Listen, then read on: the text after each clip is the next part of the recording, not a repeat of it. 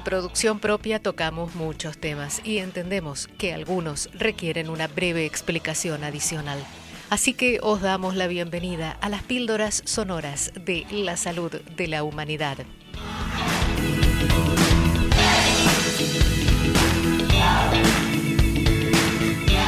Hoy os propongo que reflexionemos sobre algo un poco duro. Quiero hablar de crímenes, de delitos. Hay un crimen que empieza a tomar forma, que es el de ecocidio, y que en realidad deriva de establecer una tolerancia cero con los delitos ambientales. Estamos viviendo momentos duros, con grandes crisis geopolíticas, y estamos sufriendo a través de las noticias pues los ya casi 30.000 civiles muertos en Gaza, en una invasión cruel e injustificable. Hemos visto los datos de más de 30.000 también soldados muertos en estos 2 años tras la invasión del ejército de Putin en Ucrania. Estamos muy preocupados por estas tensiones geopolíticas y hace ya muchas décadas que se establecieron los llamados crímenes contra la humanidad. Estos crímenes contra la humanidad son las leyes de la guerra o el derecho internacional humanitario, que lo que busca es limitar la conducta de las partes que entran en un conflicto armado, para que se disminuya el sufrimiento humano y para proteger a todas aquellas personas que no forman parte del conflicto. Estos crímenes contra la humanidad están organizados en torno al Estatuto de Roma en la Corte Penal Internacional. Establece 4 crímenes graves, algunos de ellos muy conocidos, o por lo menos que a todos nos suenan, como el genocidio. De hecho, se está proponiendo, se está pidiendo por muchas entidades y muchos organismos que lo que está ocurriendo en Gaza se tipifique como un genocidio. Ese es uno de los 4. Hay los crímenes de lesa humanidad o los crímenes de guerra propiamente dichos y el crimen de agresión. Esta es un poco la situación de los crímenes contra la humanidad y tienen 2 fortalezas importantes. En primer lugar, son juzgados por la Corte Penal Internacional, aunque no constituyan una violación del derecho interno del Estado donde fueron cometidos esos crímenes. Y la segunda fortaleza es que no prescriben jamás. A mí con 15 años, si me hablan de los problemas que puede haber por el cambio climático, sí me preocupa, pero realmente en ningún momento del día y nunca me paro a pensar en eso. Bien, hagamos un repaso breve de las guerras y conflictos hoy. En un mapa esquemático del planeta podemos ver centenares de conflictos. La mayoría son pequeños encuentros, escaramuzas, que conllevan entre 1 y 100 muertos al año.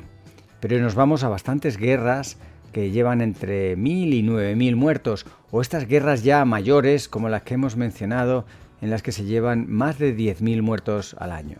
Quedémonos un poco con estas cifras de en torno a 20, 30.000 muertos al año, cifras terribles, dolorosísimas, y que si sumamos todos los conflictos, llegaríamos a un valor aproximado en las últimas décadas de unos 150.000 muertos al año, a los que hay que sumar, estos serían muertos directos, mayoritariamente soldados implicados en los conflictos, a los que hay que sumar unos 100.000 bebés y otros 150.000 o 200.000 civiles que se ven también arrastrados en estos conflictos y acaban falleciendo. Estamos hablando, por tanto, de que sumadas todas las guerras que ocurren en el planeta, hablamos de en torno a unos 400.000, no llega a 500.000 de muertos al año. Unas muertes horribles, violentas, tremendas, pero yo quería hoy reflexionar sobre cómo queda este número comparado con esas otras guerras que nos establecemos contra nosotros mismos y contra la naturaleza. Unas guerras que también se llevan salud, se llevan felicidad, se llevan bienestar y también tienen un peaje en términos de mortandad. Estas otras miradas a la gente que muere la podemos obtener y los números llaman mucho la atención cuando lo ponemos en el marco de la crisis ambiental. Esa crisis ambiental combinado de muchas cosas, del cambio climático, las formas de contaminación distintas, la pérdida de biodiversidad, todo ello va contrarrestando los avances de la medicina. Vimos un siglo XX esplendoroso en el que los avances de la medicina permitían precisamente ir avanzando en la esperanza de vida. Se duplicó de 40 años a 80. Ahora mismo la esperanza de vida está detenida, incluso empezando ligeramente a disminuir, precisamente por esa crisis ambiental. Recordemos los valores que hemos hablado. No llega a 500.000 de personas las que mueren en los conflictos armados en todo en todo el planeta en un año. Sin embargo, solo la contaminación atmosférica genera 9 millones, del orden de 20 veces más que todos los conflictos armados juntos. Y nadie sabe las cifras exactas de cambio climático, pero sumando todas las personas que fallecen al año que de forma directa o indirecta están implicados en eventos extremos o en cambios en la disponibilidad de agua o del clima, hablaríamos de decenas de millones de personas que fallecen cada año como consecuencia del cambio climático.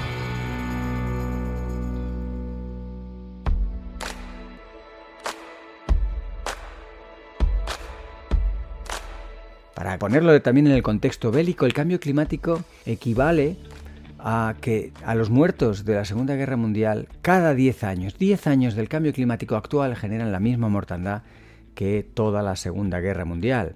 Cuando acabamos de matarnos unos a otros en la Segunda Guerra Mundial, iniciamos otra serie de experimentos de muerte.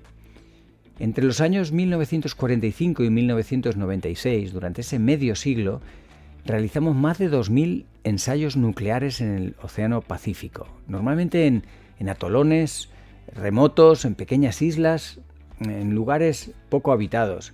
Los atolones de las islas Bikini y Marshall son lugares emblemáticos, han sido lugares, digamos, representativos de estos 2.000 ensayos nucleares.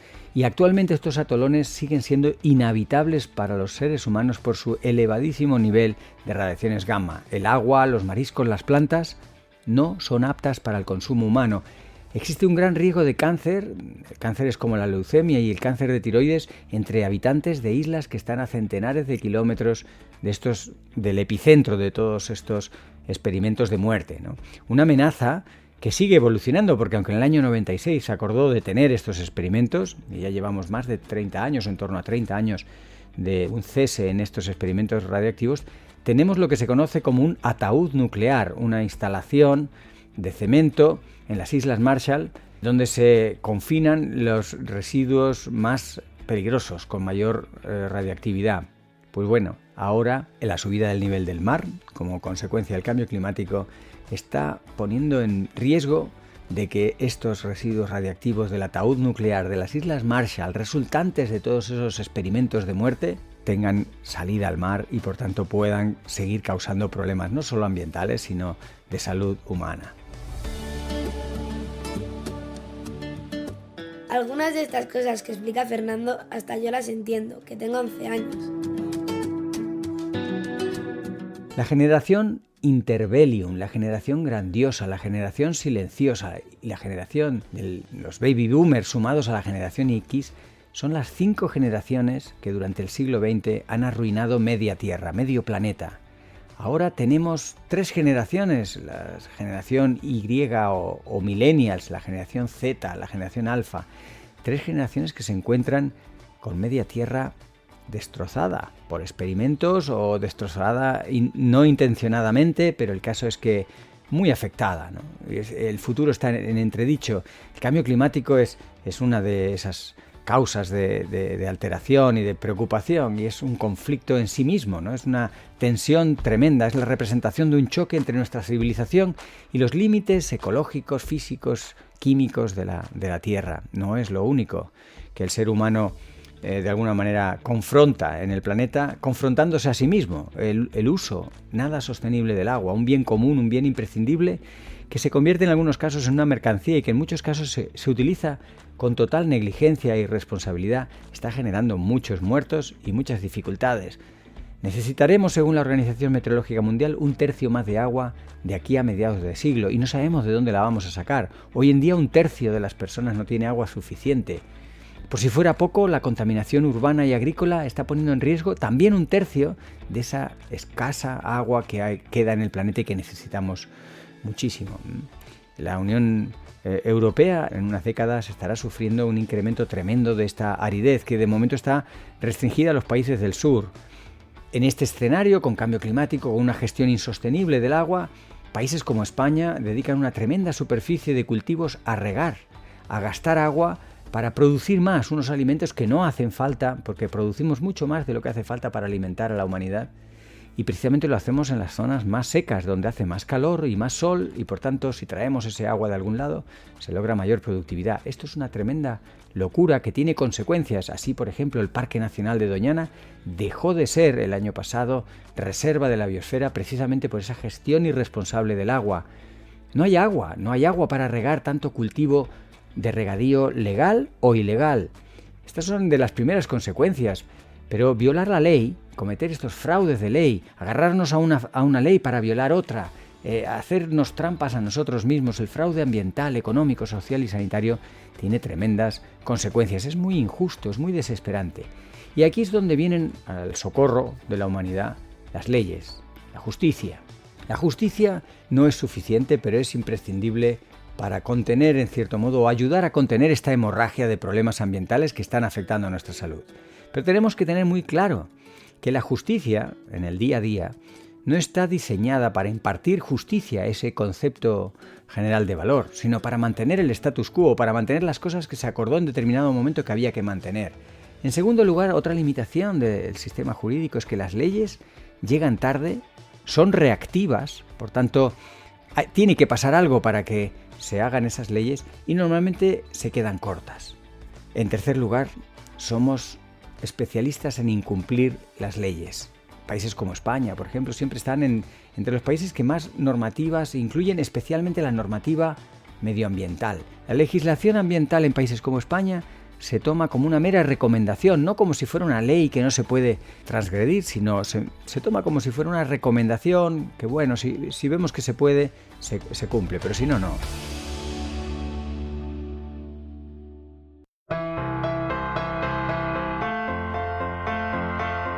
Y hay cada vez más personas que se hacen preguntas del tipo: ¿qué sanción es proporcional y justa por talar ilegalmente un árbol o por dañar un ecosistema, por causar algunas de estas afrentas que hemos mencionado, que todos podemos tener en la cabeza? Este es precisamente el tipo de preguntas que subyace a un concepto, el concepto de ecocidio.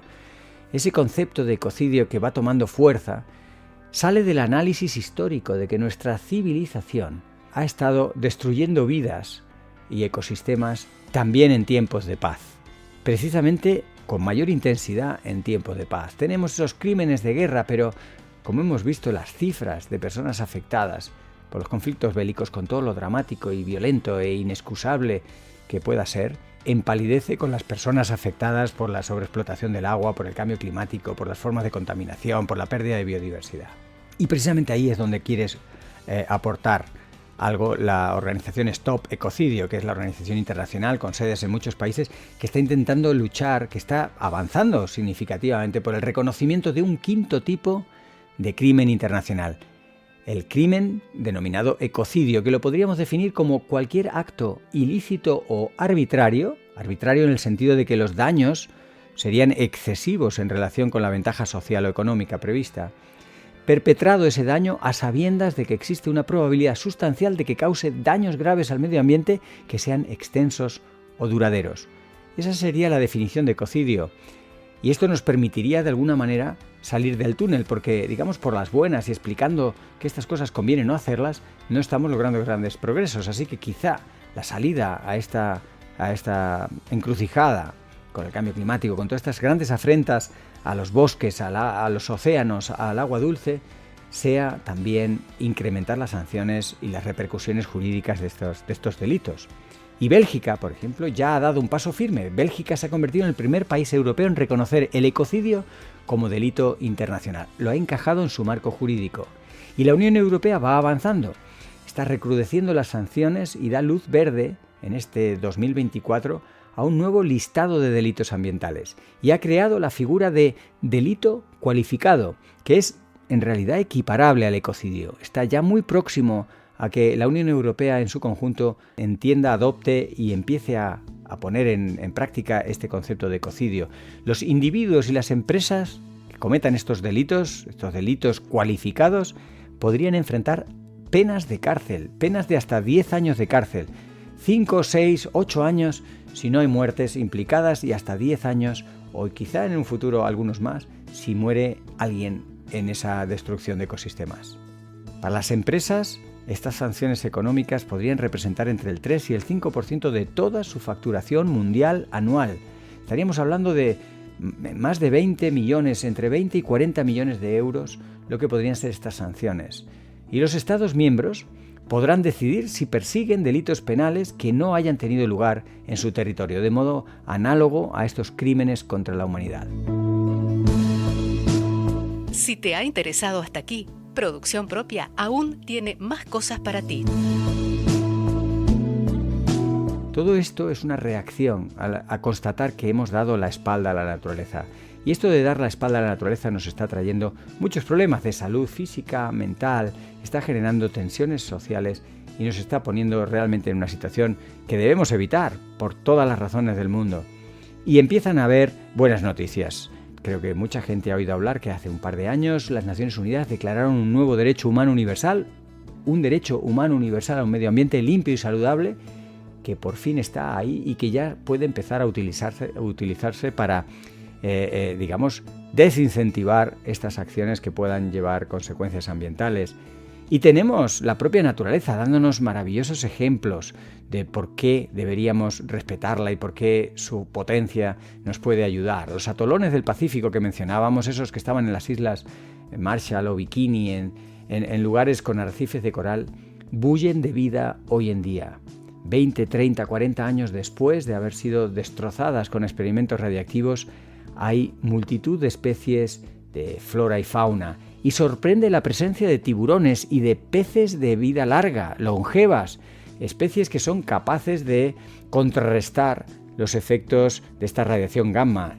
Todavía la ciencia no entiende del todo cómo es posible que estos animales longevos sean inmunes o no sean afectados por el cáncer, que es una de las derivadas inmediatas y más importantes de estos niveles de radiación. Ahí tenemos un experimento de vida, un experimento que ha salido tras un experimento terrible de muerte que quizá nunca debió tener lugar.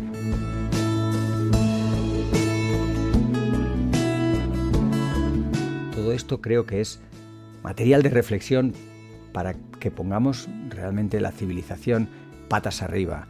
Hay mucho que ganar cambiando nuestra relación con la naturaleza y si eso lo tenemos que hacer no solo por las buenas, sino también con más sanciones y hablando duro en términos de consecuencias jurídicas de dañar la naturaleza, pues habrá que hacerlo, habrá que sumar formas de mover a la civilización en otro sentido. Hay mucho que ganar y hay cierta urgencia por hacerlo.